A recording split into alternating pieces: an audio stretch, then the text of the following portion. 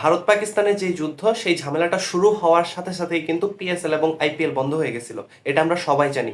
So IPL এবং PSL বন্ধ হয়ে যাওয়ার সাথে সাথে বিদেশি যেই সব ক্রিকেটার ছিল তারা কিন্তু সবাই নিচের দেশে চলে গেছে।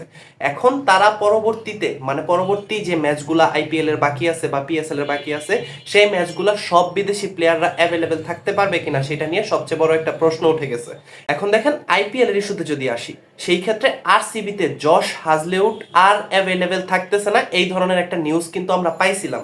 কিন্তু কিছুক্ষণ আগেই একটা ভালো লিঙ্কের থেকে আমি জানতে পারছি যে জশ হাজলেউড সে কিন্তু খেলতেছে আরসিবির হয়ে। সে কিন্তু পুরাপুরিভাবে ফিট আছে, পুরাপুরিভাবে অ্যাভেলেবেল আছে আরসিবির হয়ে পরবর্তী ম্যাচগুলা খেলতে। আরসিবির হয়ে জশ হাজলেউড বিশাল বড় একটা সম্পদ এইবারের আইপিএল এর জন্য।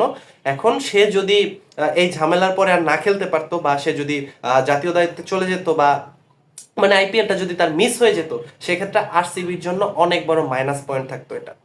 অলরেডি কিন্তু আরসিবির ফ্যানরা কিন্তু অনেক দুঃখ পাইছিল যে হাজলেউড থাকতেছে না, হাজলেউড এত ভালো পারফর্মার এবারে। কিন্তু তাদের জন্য সুখবর এটাই যে জশ হাজলেউড কিন্তু থাকতেছে।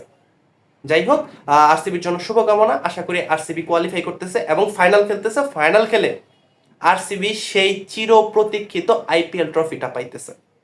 দেখা হবে নতুন কোনো ভিডিওতে।